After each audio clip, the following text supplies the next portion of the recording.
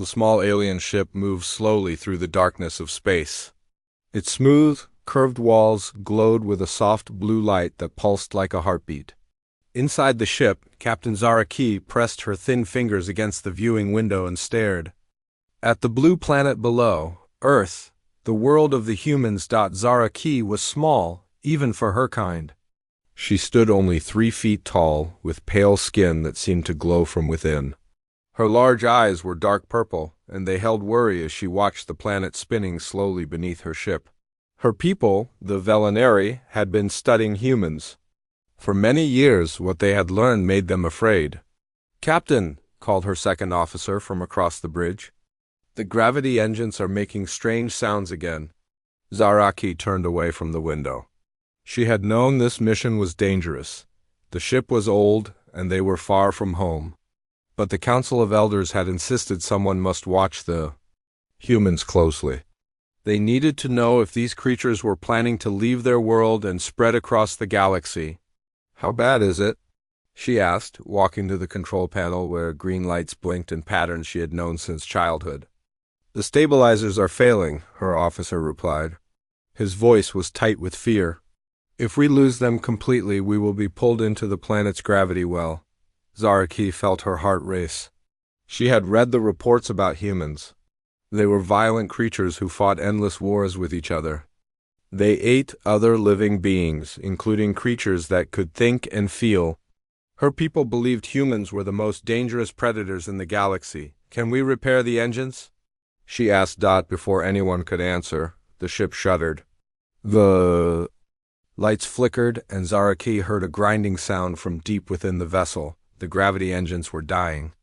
"We need to evacuate," her officer said. "The escape pods are ready," but it was too late. The ship lurched forward as Earth's gravity took hold.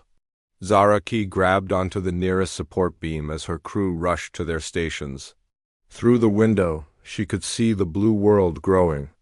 Larger and larger. "All hands, prepare for emergency landing," she called out, though she knew it was hopeless. The ship was falling too fast, and they had no control. The last thing Zaraki remembered was the ship hitting the atmosphere. Fire surrounded the windows, and everything went dark when she woke up. She was lying in soft grass under strange, tall trees. Her head hurt, and she could taste something metallic in her mouth. Slowly, she sat up and looked around. The ship was scattered in pieces across a small clearing. Metal and glass lay everywhere, mixed with the strange plants of this alien world. She was alone. Her crew was gone, either dead or scattered far away. Zaraki tried to stand, but pain shot through her left arm. Looking down, she saw a deep cut that leaked silver-blue blood onto the ground. Fear filled her mind. She was injured and alone on a world full of predators. The humans would find her soon, and when they did, she would become their next meal. Her people had taught her that humans could smell blood from great distances, like the hunting beasts on her homeworld. As if summoned by her thoughts, she heard something moving through the trees. Heavy footsteps crushed the small plants underneath. A human was coming. Zaraki tried to run, but her injured arm made her stumble. She fell behind a piece of her ship and tried to make herself as small as possible. Maybe the human would not see her. Maybe it would go away. But the footsteps came closer. She could hear the human breathing, deep and steady. Then she saw it. The human was enormous, at least twice her height. It had dark hair and wore strange coverings over its body. Its skin was a warm brown color, and its eyes were bright blue. In its hands, it carried some kind of tool. This was Jake Morrison, though Zaraki did not know his name. He was a forest ranger, someone who took care of the wild places on Earth. He had seen the bright light in the sky and followed it to find the crash site. Now he stood at the edge of the clearing, looking at the strange metal pieces scattered everywhere. Jake had never seen anything like this before. The metal was smooth and curved in ways that seemed impossible. It was clearly not from Earth. As he walked closer, he noticed a small figure hiding behind one of the larger pieces. "Hello?" he called out softly. "Are you hurt?" Zaraki's translator device crackled to life on her wrist. The human's words became clear in her mind, but they only made her more afraid. Of course it was asking if she was hurt. Injured prey was easier to catch and eat. She pressed herself closer to the metal, hoping the human would not see her. But Jake had already spotted her. He could see she was small and afraid, and that she was bleeding. "Hey there," he said, kneeling down to make himself seem less threatening. "I'm not going to hurt you," but Zaraki knew this was a lie. Her teachers had told her that humans were clever hunters. They would say anything to make their prey feel safe. She watched as the human reached for something on its belt. This was it. It was going to kill her now, but instead of a weapon, Jake pulled out a small device and spoke into it. "Base, this is Jake. I need medical support at coordinates ... He gave his location and then put the device away. Zaraki was confused. Why was the human calling for help? Was it summoning other humans to share in the feast? Her people had taught her that humans often hunted in groups, just like the pack hunters on her world. Jake could see that the small being was terrified. Its large eyes were wide with fear, and it was shaking. He noticed the cut on its arm was bleeding a strange silver-blue liquid. Whatever this creature was, it needed medical attention. Slowly, Jake removed his jacket. The movement made Zaraki flinch, but he kept his motions gentle and calm. "It's okay," he said softly. "I just want to help." He held out the jacket toward her. It was warm from his body heat and smelled like soap and pine trees. Zaraki stared at it, not understanding. Was this some kind of human ritual before feeding? Why was the predator offering her its own covering? "You're cold," Jake said, noticing how the small being was shivering. "This will help." When she did not take the jacket, Jake set it down close to her and backed away. He sat down on a fallen log, making himself less threatening. "My name is Jake," he said. "What's yours?" Zaraki did not answer. She was trying to understand what was happening. The human had not attacked her. It had not tried to grab her or hurt her. Instead, it was sitting quietly, waiting. This was not how predators were supposed to behave. Jake waited patiently. He had worked with frightened animals before, and he knew that sudden movements or loud noises would only make things worse. Whatever this creature was, it was clearly intelligent and afraid. "I know you're scared," he said gently, "but I promise I won't hurt you. I just want to help you get better." The words reached Zaraki through her translator, but they made no sense. Humans did not help other creatures. They used them, ate them, or destroyed them. That was what her people had taught her. That was what made them so dangerous. But as she watched Jake sitting quietly in the fading daylight, she began to wonder if everything she had been taught was true. The human seemed calm and patient. Its voice was soft, not threatening. And it had given her something to keep warm instead of taking something from her. For the first time since waking up, Zaraki felt a tiny spark of hope. Maybe, just maybe, she was wrong about humans. Maybe they were not all monsters, but even as this thought crossed her mind, she pushed it away. Hope was dangerous. It would make her weak, and weak creatures became food. She would watch this human carefully and wait for it to show its true nature. She did not know that Jake was thinking the same thing about her, wondering what kind of creature she was and how he could help her heal. Neither of them knew that this moment would change both their worlds forever. The sun was getting lower in the sky, and the forest was becoming darker. Jake could see that the small alien was getting weaker. The cut on her arm was still bleeding, and she was shivering despite the warm jacket he had offered her. "I need to look at that wound," Jake said quietly, pointing to her arm. "It's still bleeding." Zaraki pressed her good hand against the cut, trying to hide it from the human. Her people had taught her that showing weakness to a predator was the fastest way to die. Blood meant food to creatures like humans. She was sure that seeing her injury would make the human attack, but Jake did not attack. Instead, he reached into a small bag he carried and pulled out a white box with a red cross on it. Zaraki had never seen a first aid kit before, but she recognized the careful way Jake handled it. This was some kind of tool, and tools meant danger.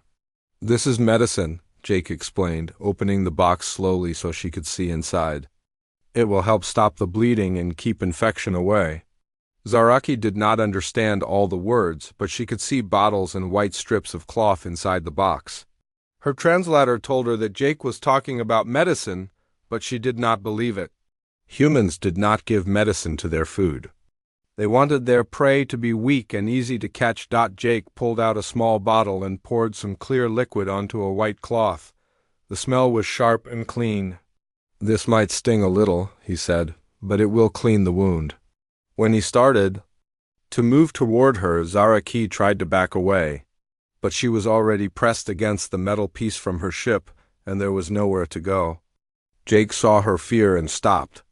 "Okay," he said, setting the cloth down between them. "You can do it yourself if you want. Just press this against the cut." Zaraki stared at the cloth. Why was the human giving her the tool instead of using it himself? This made no sense. Predators did not give their prey weapons or tools.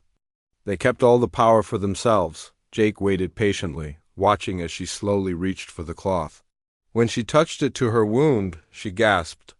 It did sting, just like the human had said, but it also felt cool and clean. The bleeding began to slow down.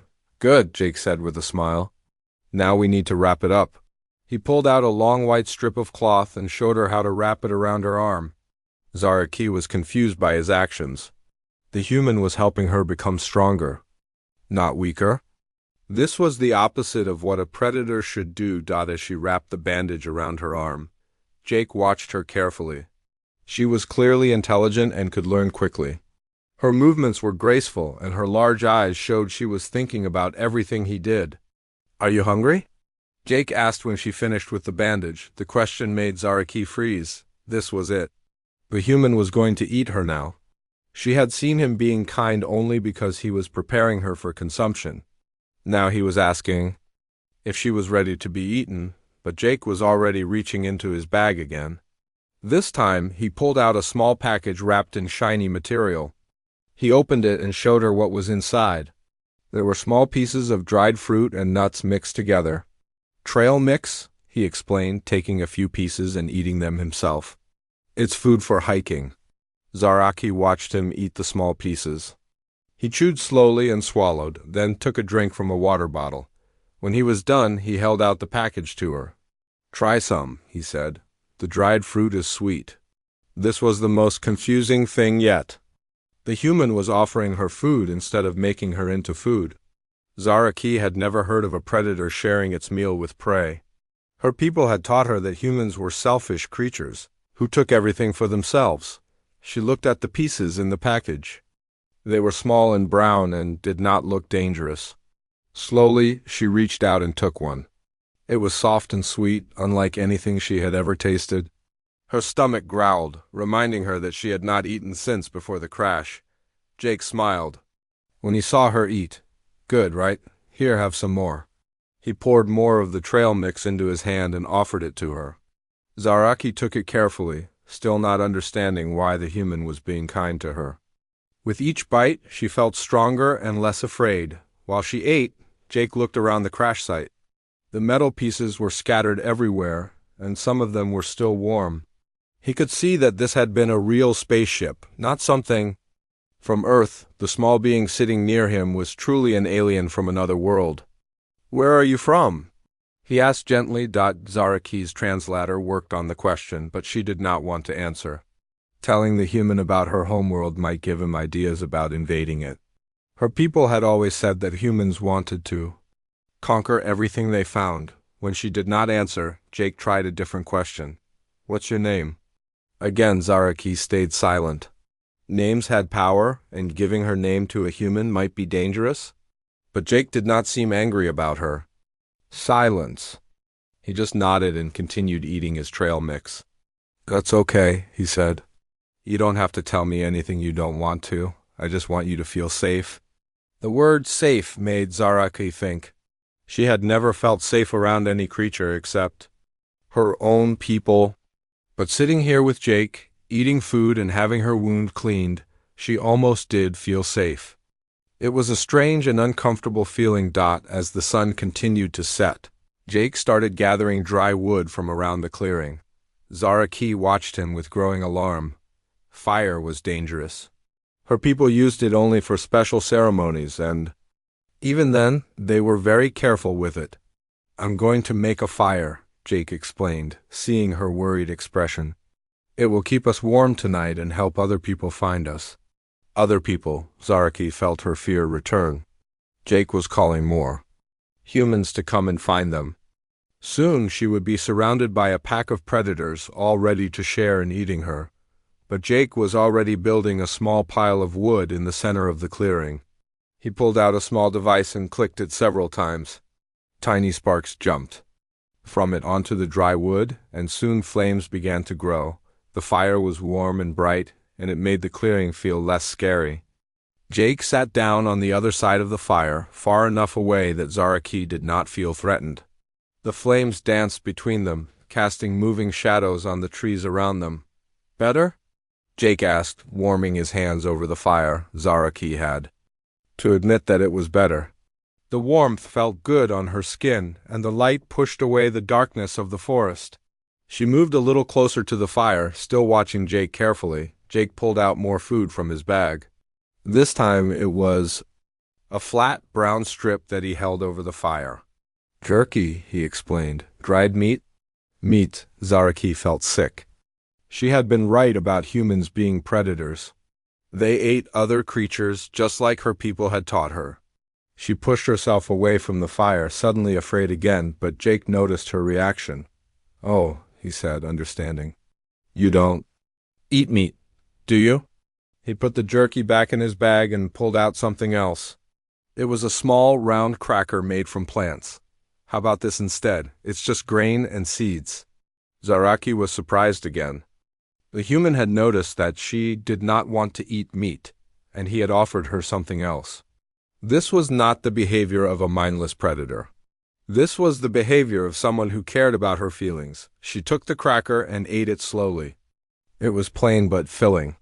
Jake ate his jerky quietly, not trying to force her to eat meat or making her feel bad about her choice. As the night grew darker, Jake pulled out a thick blanket from his bag. You should get some sleep, he said. Help will come in the morning. The word help made Zaraki nervous again. She did not want help from more humans. But Jake was already spreading the blanket on the ground near the fire, far enough away that she did not feel trapped. I'll stay awake and keep the fire going, he promised. You'll be safe. Zaraki looked at the blanket, then at Jake. The human was giving up his own comfort to make sure she was warm. He was promising to protect her while she slept, even though he barely knew her. This was not how predators acted.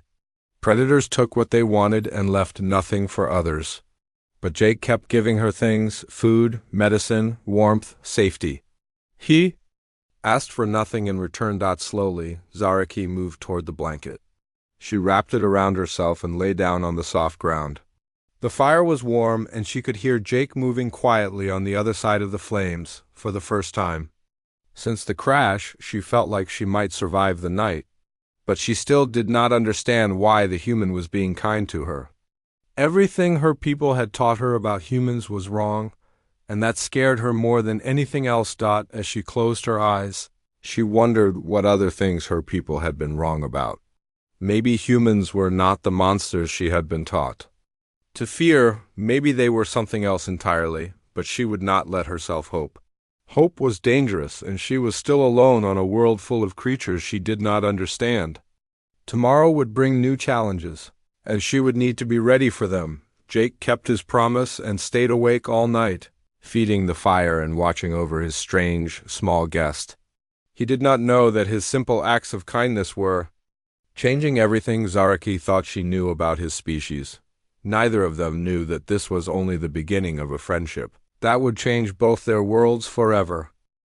Zaraki woke up feeling terrible. Her head was hot and her whole body ached. The cut on her arm throbbed with pain, and she felt dizzy when she tried to sit up. The morning sun was bright, but it made her eyes hurt. Jake was already awake, sitting by the fire with a cup of something hot in his hands. When he saw her trying to move, he set down his cup and came over to her. Hey, you don't look so good, he said, his voice full of worry. Let me check your forehead. Before Zaraki could protest, Jake gently placed his hand on her forehead. His touch was warm and soft, not rough like she expected from a predator. She was too weak to pull away. "You have a fever," Jake said, frowning. "Your wound might be infected." Zaraki did not understand all the words, but she could tell Jake was concerned. This confused her even more. Why would a human care if she was sick? Sick prey was easier to catch and eat. The human should be happy about her weakness, but Jake was not happy. He looked worried and began moving around the camp quickly. He gathered his things and put out the fire, then came back to where Zaraki lay wrapped in the blanket. "I need to get you to water," he said. "And there's a stream not far from here. The cold water will help bring down your fever." Zaraki tried to stand, but her legs were too weak. She fell back down onto the blanket, breathing hard. Jake knelt beside her and looked into her eyes. "I'm going to carry you," he said gently. "Is that okay?" The question surprised her. Jake was asking for permission instead of just taking what he wanted. This was not how predators behaved. They took by force, not by asking nicely. When she did not answer, Jake carefully lifted her up in his arms. She was light like a small child, and he held her gently against his chest. Zaraki was too weak to fight, but she was amazed by how careful Jake was with her.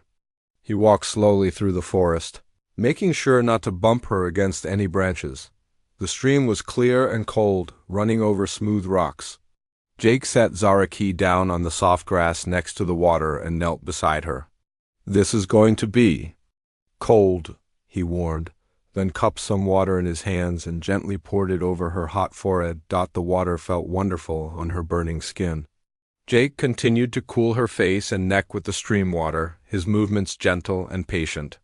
He tore a piece of cloth from his shirt and soaked it in the water, then placed it on her forehead like a cool compress. "Better?"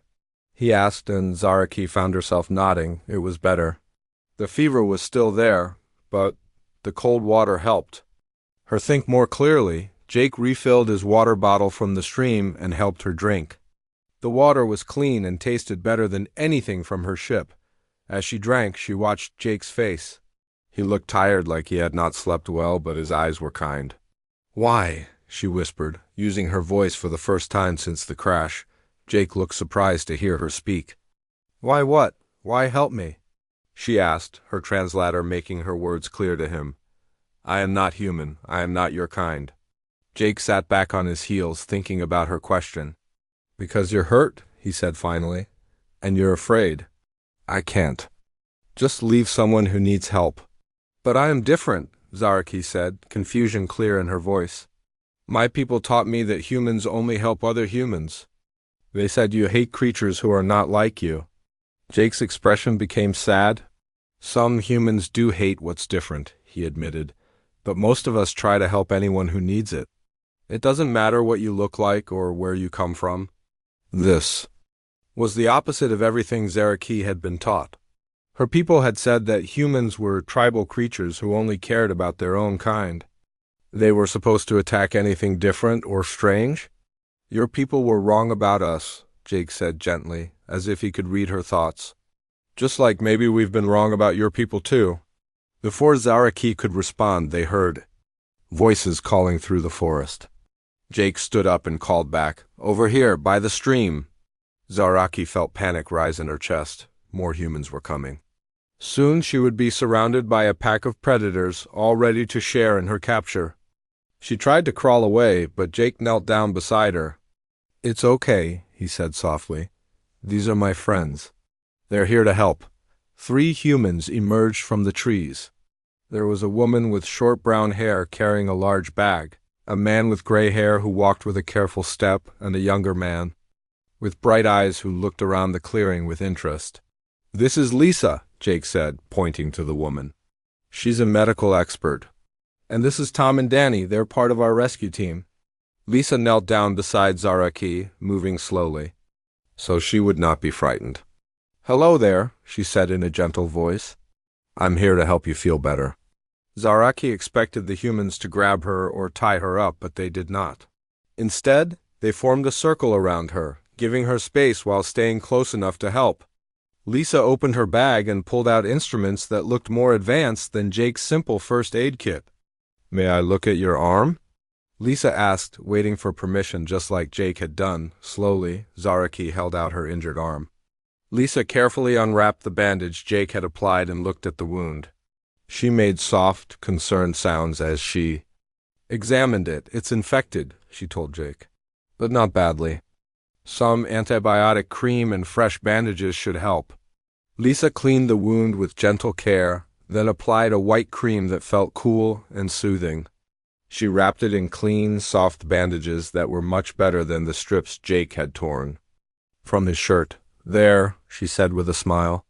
That should help it heal. Tom, the older man, had been setting up a small camp while Lisa worked. He made a fire and heated some soup in a metal pot. The smell made Zaraki's stomach growl, reminding her that she had not eaten much since the crash. Vegetable soup, Tom said, ladling some into a bowl. No meat, just plants and broth. Zaraki was surprised that the human had remembered she did not eat meat. Jake must have told them about her dietary needs. The soup was warm and tasted good, and she felt stronger after eating it. Danny, the youngest human, was fascinated by the pieces of her crashed ship. He looked at them carefully but did not touch anything without asking first. This metal is amazing, he said to her. How does it bend like this without breaking? Zaraki found herself explaining some of the basic principles of velinary engineering. Danny listened with interest, asking intelligent questions and showing respect for her knowledge. This was not how conquerors were supposed to act. They were supposed to take what they wanted and ignore what she had to say. As the day went on, Zaraki began to see that each human was different. Lisa was caring and gentle, like a healer. Tom was practical and made sure everyone was fed and comfortable. Danny was curious and wanted to learn about new things. Jake was protective and kind, always making sure she felt safe. They worked together, like a family, helping each other and sharing their skills. When Lisa needed something from her bag, Tom would find it for her. When Danny had questions about the ship, Jake would translate for Zaraki. When Jake looked tired, Lisa made him sit down and rest. This is how humans really are, Jake told her as they sat by the fire that evening. We take care of each other. We take care of anyone who needs help. Zaraki watched the four humans as they prepared for the night. They shared their food, their blankets, and their warmth. They included her in their circle, making sure she had everything she needed. My people told me humans were selfish, she said quietly. They said you only think about yourselves. Some humans are selfish, Lisa said, overhearing her. But most of us believe we're stronger when we help each other. We're not perfect, Tom added. We make mistakes. But we try to do the right thing, Danny nodded in agreement. And the right thing is to help someone who's hurt and scared, no matter where they come from. As Zaraki lay down to sleep that night, surrounded by humans who had shown her nothing but kindness, she began to realize that everything her people had taught her was wrong. Humans were not monsters. They were not predators who ate other intelligent beings. They were complex creatures capable of great kindness and compassion, but this realization frightened her almost as much as her original fear. If her people were wrong about humans, what else were they wrong about? And what would happen when her people came looking for her? She fell asleep wondering if her own people were the real monsters in this story. The thought scared her more than anything the humans had done. Jake kept watch over her as she slept, just as he had promised. Around him, his friends took turns keeping the fire going and watching for any signs of danger. They were protecting her, a stranger from another world, simply because it was the right thing to do. None of them knew that their simple acts of kindness were about to change the fate of two entire species. 3 days had passed since the crash, and Zaraki was feeling much better. Her fever was gone, and her arm was healing well thanks to Lisa's care. She was starting to move around the camp without help, though she still stayed close to the humans, who had become her protectors. Jake was sitting by the fire, looking at pictures on a small device. When he saw Zaraki watching him, he smiled and waved her over. Want to see something? He asked, holding up the device. These are pictures of my family. Zaraki moved closer, curious about this new thing. The device showed moving pictures of humans doing different activities. Jake touched the screen and new pictures appeared. "This is my mom and dad," Jake said, showing her an image of two older humans sitting together on a porch. They're retired now, but they used to be teachers. They spent their whole lives helping children learn. The older humans in the picture looked gentle and kind, just like Jake. They were smiling and holding hands, showing affection for each other. Zaraki had never seen her own people show such open emotion. "And this is my sister Kate with her kids," Jake continued, showing another picture. "Those are my nephews, Bobby and Sam. They're only 6 and 8 years old." The picture showed a human female with two small humans who looked like tiny versions of adults. They were playing in a yard with green grass and colorful flowers. The small humans were laughing and running around while the female watched them with a loving expression. "Humans take care of their young for a long time," Jake explained. "These little ones won't be adults for many years. We protect them and teach them everything they need to know." This was very different from Zaraki's people. Velinary children became independent within a few months of being born. They did not need years of care and protection like human children did. "And this is Buddy," Jake said, showing a picture of a 4-legged creature with golden fur and a happy expression. "He's my dog. He lives with me and keeps me company." "Dog?" Zaraki asked, not understanding the word. "A companion animal," Jake explained. "Buddy doesn't work or do anything useful. I just take care of him because I love him." Humans often keep animals as friends. This confused Zaraki even more. Why would humans waste time and resources caring for creatures that gave them nothing in return? Her people only kept animals for food or work. Lisa had been listening to their conversation. She came over and sat down beside them, carrying a thick book with many pages. "I brought this for you," she said to Zaraki, opening the book. "It's about human history. I thought you might want to learn about us."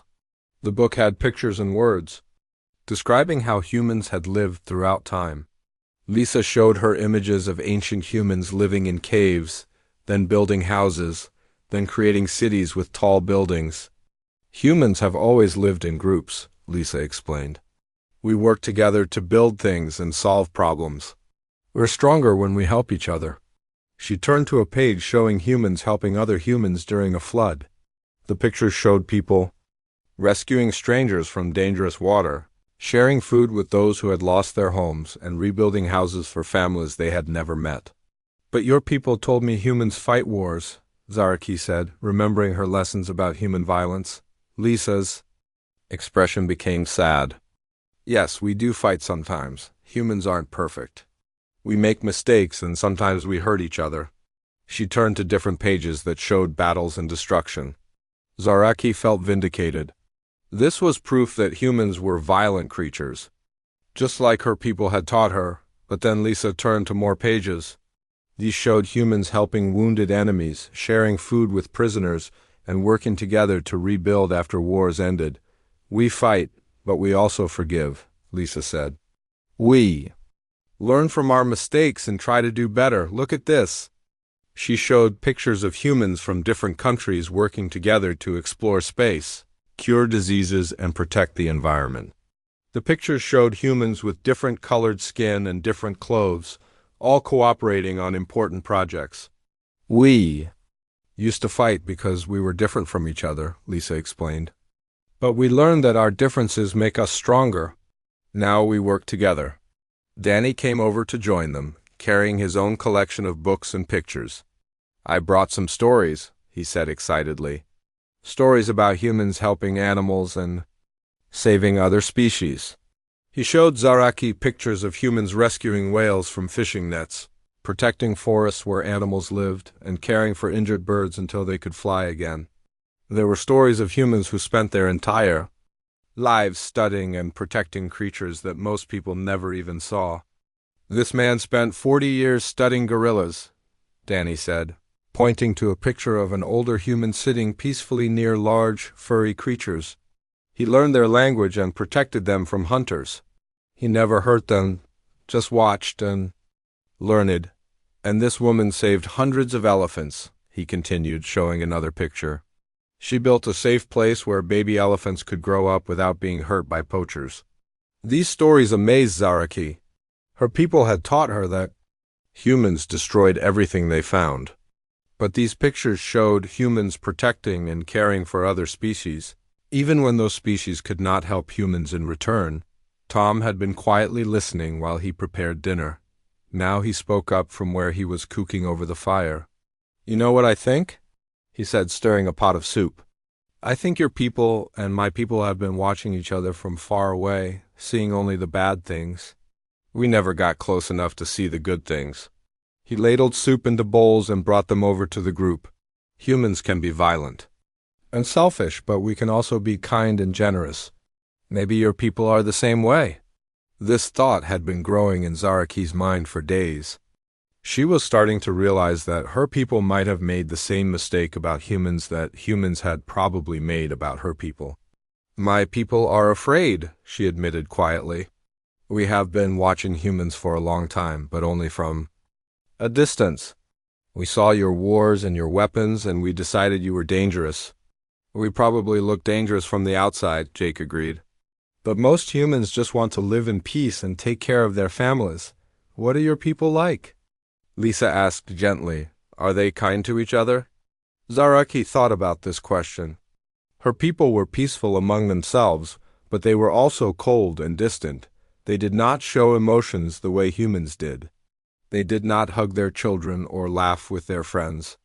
They did not keep companion animals or help strangers without expecting something in return. "We are careful," she said finally. "We do not fight each other, but we also do not help each other very much. Each family takes care of itself." "That sounds lonely," Danny said, with sympathy. It was lonely, Zaraki realized. Her people lived in the same communities, but they rarely interacted unless they had to. There was no warmth, no friendship, no love like she saw between these humans. "We thought being careful would keep us safe," she continued. "We thought that caring about others would make us weak." "Caring about others makes us stronger," Tom said firmly. "When we help each other, we can do things that none of us could do alone." As the evening went on, the humans continued to share stories and pictures with Zaraki. They told her about human music, art, and poetry. They explained how humans celebrated happy occasions and comforted each other during sad times. Jake showed her pictures of human weddings where families came together to celebrate love. Lisa showed her images of human festivals where entire communities gathered to enjoy food, music, and friendship. Danny shared stories of human achievements in science and exploration, accomplished by teams of people working together for years. "Humans are social creatures," Lisa explained. "We need each other to be happy and healthy. We're not meant to live alone." This was the biggest difference between humans and her own people. The Velinari valued independence and self-sufficiency above all else.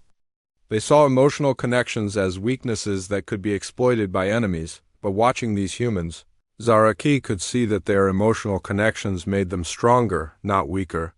They worked together more effectively because they cared about each other.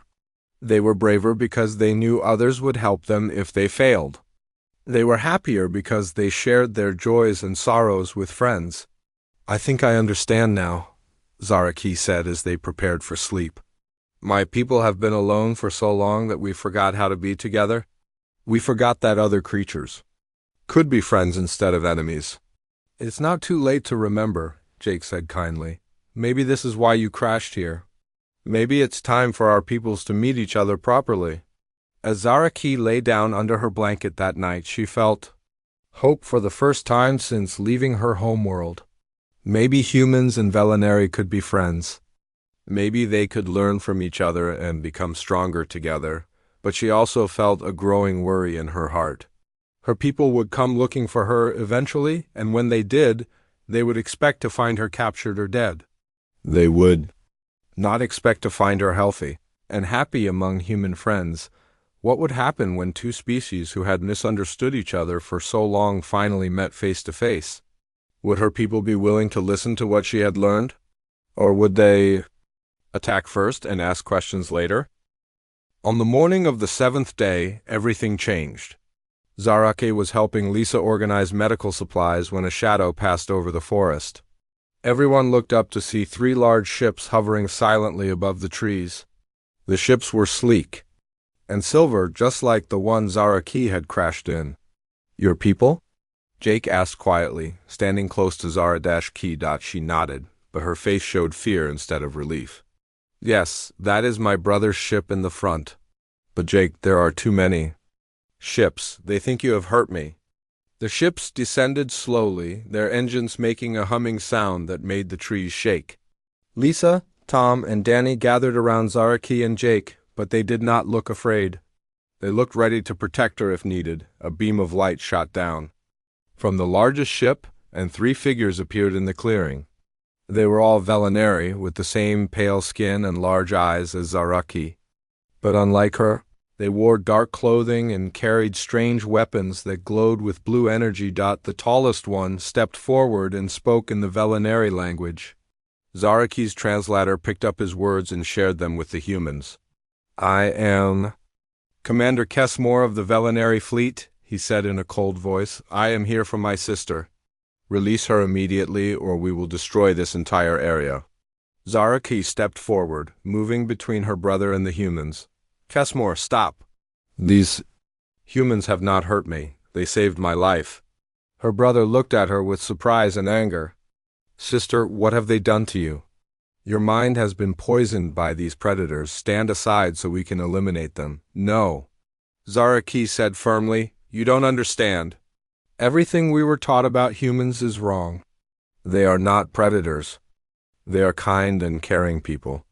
Kessmore raised his weapon and pointed it at Jake.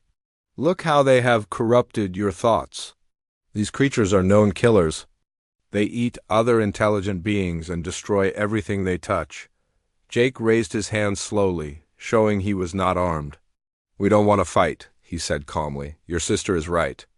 We've been taking care of her since her ship crashed." "Lies," spat one of the other Velinari soldiers.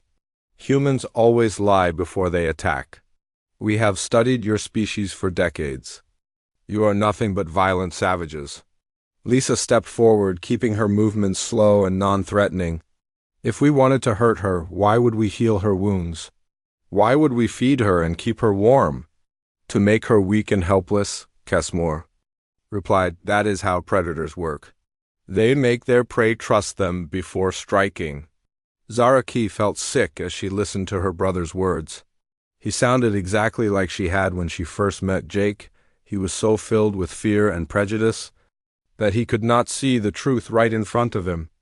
"Brother, please listen to me," she begged. "These humans shared their food with me. They gave me medicine when I was sick.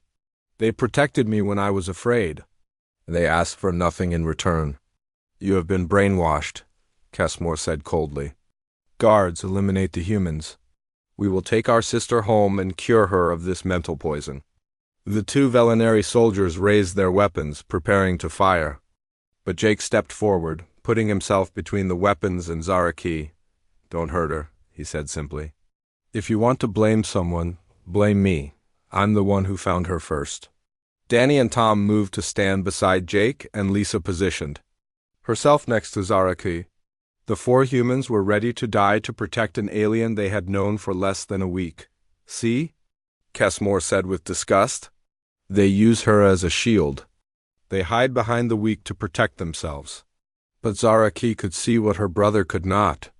The humans were not using her as a shield.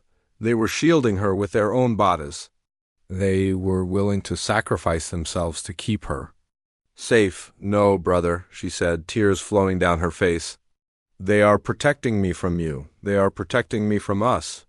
She walked over to stand with the humans, turning to face her own people. "Look at what we have become. We came here with weapons, ready to kill without asking questions. We brought warships to attack people who showed me nothing but kindness.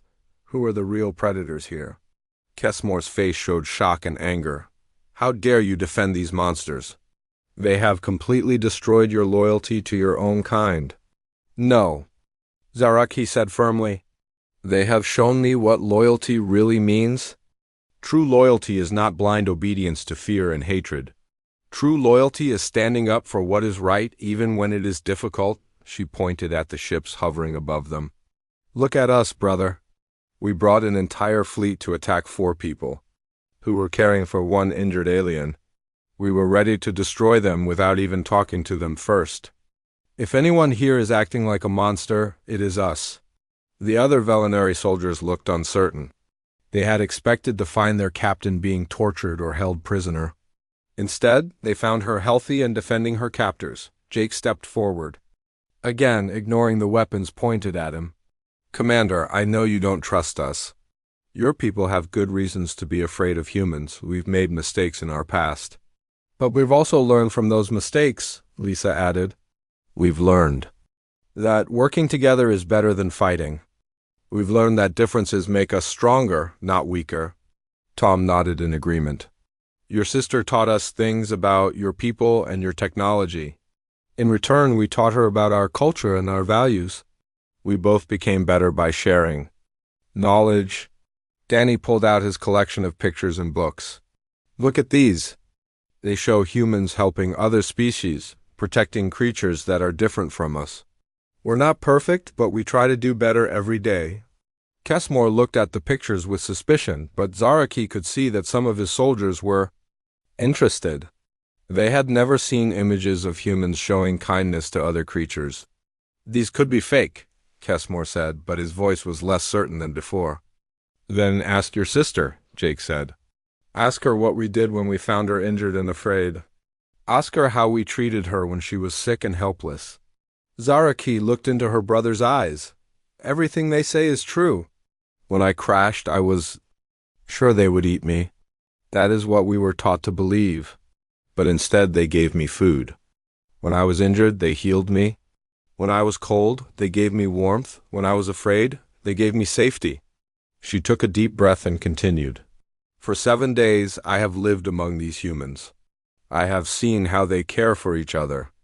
And for strangers, I have learned about their families, their dreams, and their hopes.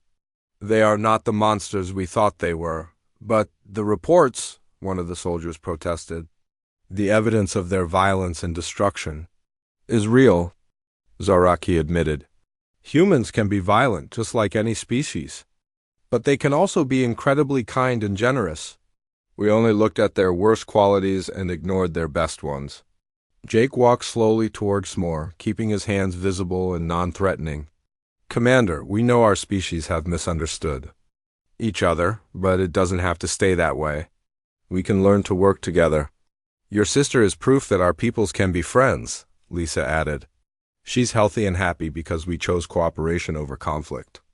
Kessmore looked around the clearing, taking in the small camp where his sister had been living. He could see the medical supplies Lisa had used to heal Zaraki's wounds. He could see the blankets and food the humans had shared with her. He could see the books and pictures they had used to teach her about their culture. Most importantly, he could see that his sister was not afraid of the humans.